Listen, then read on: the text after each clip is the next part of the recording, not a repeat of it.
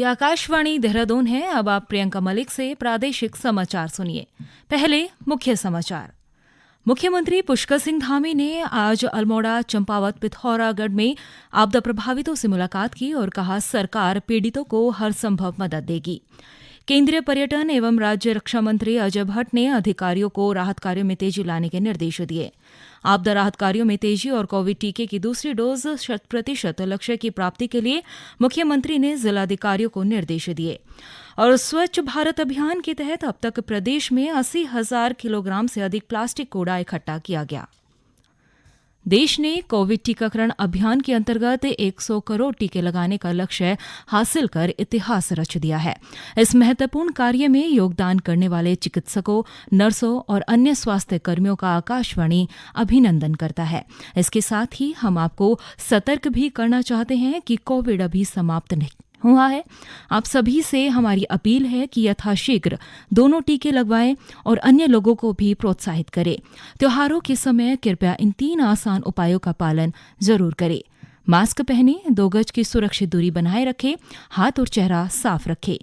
Covid से संबंधित जानकारी और मार्गदर्शन के लिए राष्ट्रीय हेल्पलाइन नंबर 01123978046 और 1075 पर संपर्क करें। इसके अलावा प्रदेश हेल्पलाइन नंबर है 104 व 0135 2722 100 और 2724 506। स्वाधीनता के 75वें वर्ष के उपलक्ष्य में आजादी का अमृत महोत्सव के अंतर्गत आकाशवाणी समाचार देहरादून ने स्वाधीनता संग्राम और उसके गौरवशाली इतिहास पर विशेष प्रश्नोत्तरी कार्यक्रम शुरू किया है। इसके प्रत्येक बुधवार और बृहस्पतिवार को शाम 6:30 बजे क्षेत्रीय समाचार में शामिल किया जा रहा है। श्रोता अपने उत्तर अमृत महोत्सव क्विज ddn@gmail.com पर ईमेल अथवा मोबाइल नंबर 9837192022 पर व्हाट्सएप या मैसेज के माध्यम से भेज सकते हैं। सबसे पहले सही जवाब देने वाले श्रोता को आकाशवाणी देहरादून की ओर से प्रमाण पत्र दिया जाएगा। और अब समाचार विस्तार से। मुख्यमंत्री पुष्कर सिंह धामी ने आज अल्मोड़ा, चंपावत और पिथौरागढ़ जिले में आपदा प्रभावितों से मुलाकात की। मुख्यमंत्री ने कहा कि सरकार पीड़ितों को हर संभव मदद देगी। उन्होंने चंपावत जिला प्रशासन को आपदा प्रभावितों को जल्द सहायता राशि देने के निर्देश दिए। चंपावत जिला मुख्यालय में सभी जिला स्तरीय अधिकारियों के साथ बैठक में मुख्यमंत्री ने राहत और बचाव कार्य में तेजी लाने के लिए भी निर्देश दिए हैं। उन्होंने जिला प्रशासन को निर्देश दिए कि जिन परिवारों को विस्थापित किया जाना है उनके लिए जल्द से जल्द स्थान का चयन कर उन्हें विस्थापित किए जाने की कार्रवाई शीघ्र की जाए। मुख्यमंत्री ने पिथौरागढ़ के धारचूला में आपदा प्रभावितों को 23 लाख रुपए की सहायता राशि के चेक वितरित किए। जिला मुख्यालय में अधिकारियों के साथ बैठक कर मुख्यमंत्री ने अधिकारियों को तत्काल राहत, पुनर्वास और पुनर्निर्माण के कार्यों को तेजी से करने के निर्देश दिए। साथ ही उन्होंने नैनीसैनी एयरपोर्ट के विश्राम गृह में जिला स्तरीय अधिकारियों के साथ बैठक कर जिले में सड़क, संचार, विद्युत और पेयजल समेत सभी मूलभूत सुविधाओं को जल्द से जल्द दुरुस्त करने को कहा। केंद्रीय पर्यटन एवं राज्य रक्षा मंत्री अजय भट्ट ने आज रुद्रपुर में अतिवृष्टि से हुए नुकसान और राहत कार्यों की समीक्षा की। उन्होंने अधिकारियों को निर्देश दिए कि अतिवृष्टि में प्रभावित लोगों को आपदा अधिनियम के तहत अहेतुक राशि और अन्य मुआवजा तत्काल देने सुनिश्चित किया जाए। उन्होंने कहा कि आपदा के दौरान जिन लोगों के विद्युत मीटर क्षतिग्रस्त हुए हैं उनके मीटर निःशुल्क लगाए जाएंगे। उन्होंने कहा कि सरकार निर्धारित राशि को बढ़ाने पर विचार कर रही है और जिसका जल्द ही समाधान निकालकर अहेतुक राशि प्रभावितों को दी जाएगी। उन्होंने कहा कि जिन लोगों को सहायता राशि दी गई है उन्हें भी बढ़ी हुई राशि दी जाएगी। पिथौरागढ़ जिले के उच्च हिमालय क्षेत्रों में पिछले कई दिनों से फंसे पर्यटकों और स्थानीय लोगों का रेस्क्यू अभियान लगातार तीसरे दिन भी जारी रहा। जिलाधिकारी आशीष चौहान ने कहा कि हेलीकॉप्टर से आज 41 लोगों के साथ ही महाराष्ट्र के एक पर्यटक के शव को भी पिथौरागढ़ लाया गया है। वहीं जिले में बीते दिनों हुई अतिवृष्टि से जिले की कई सड़क मार्गों समेत कृषि और बागवानी को काफी नुकसान भी हुआ है।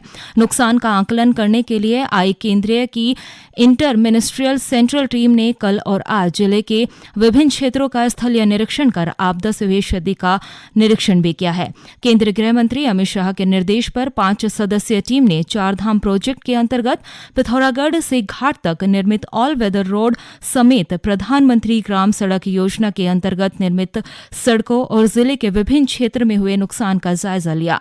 केंद्र से आई टीम के सदस्यों को जिलाधिकारी डॉ आशीष चौहान ने जिले में हुए नुकसान के संबंध में विभागवार जानकारी दी। बागेश्वर जिले के पिंडारी, सुंदरडुंगा और कफनी ग्लेशियर क्षेत्र में फंसे पर्यटकों और स्थानीय लोगों को सफलतापूर्वक रेस्क्यू कर लिया गया है। प्राप्त जानकारी के अनुसार पिंडारी ग्लेशियर से 33, कफनी ग्लेशियर से 24 और सुंदरडुंगा ग्लेशियर से 5 लोगों को रेस्क्यू किया गया है। ये समाचार आप आकाशवाणी देहरादून से सुन रहे हैं। आपदा राहत कार्यों में तेजी और कोविड-19 टीकाकरण की 100% दूसरी डोज लगाने को बड़े स्तर पर अभियान चलाने के लिए मुख्यमंत्री पुष्कर सिंह धामी ने जिलाधिकारियों को जरूरी दिशा निर्देश दिए। ये निर्देश मुख्यमंत्री ने कल देर शाम सीएम आवास में जिलाधिकारियों और आयुक्तों के साथ वीडियो कॉन्फ्रेंसिंग के माध्यम से आपदा राहत कार्यों, कोविड-19 वैक्सीनेशन, डेंगू व मलेरिया से बचाव आदि को लेकर की जा रही समीक्षा बैठक के दौरान दिए। मुख्यमंत्री ने सभी जिलाधिकारियों को बंद सड़कों को खोलने के लिए युद्धस्तर पर दिन रात कार्य किए जाने के निर्देश दिए हैं। साथ ही उन्होंने गौला नदी के पुल की मरम्मत का कार्य 10 दिन में पूरा करने के निर्देश दिए।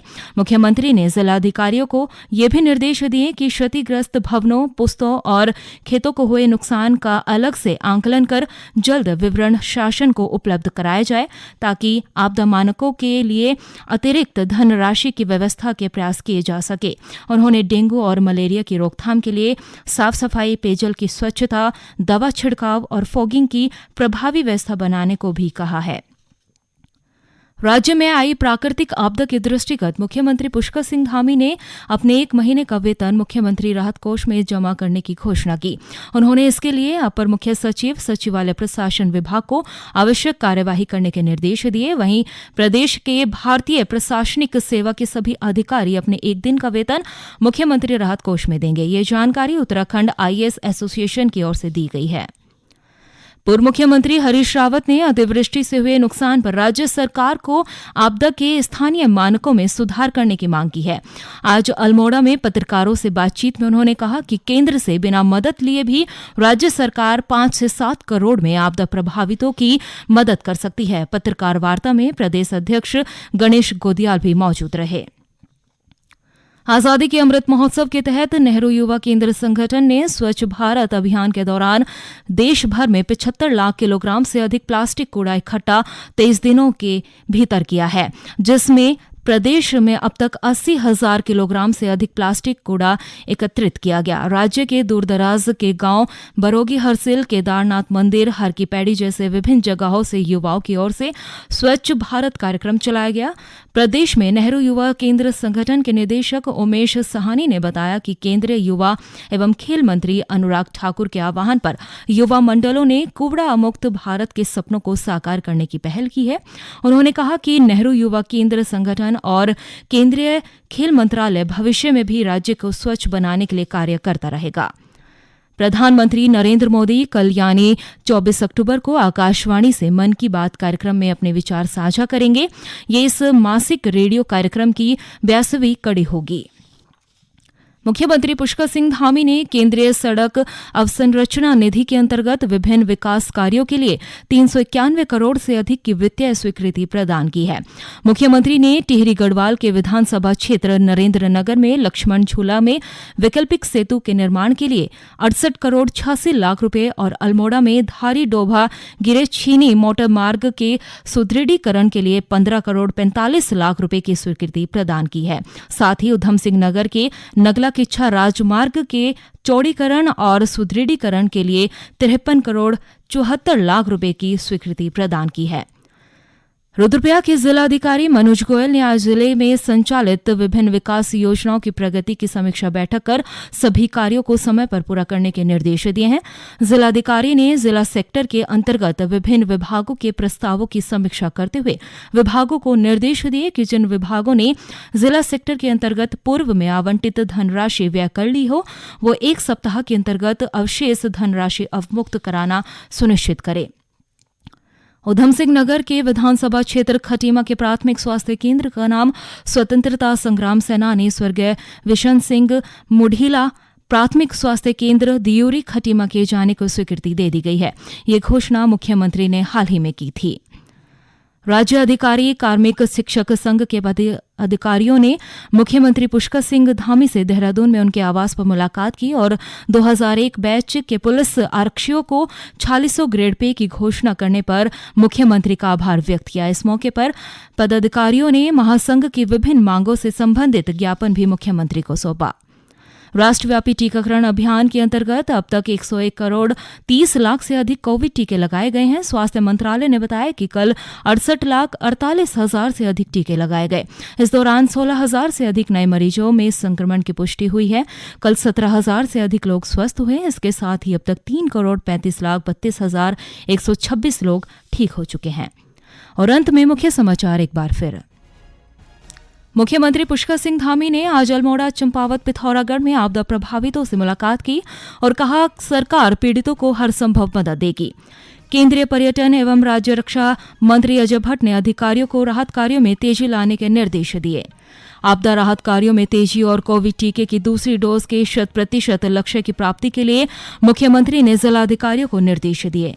और स्वच्छ भारत अभियान के तहत अब तक प्रदेश में 80,000 किलोग्राम से अधिक प्लास्टिक कूड़ा इकट्ठा किया गया।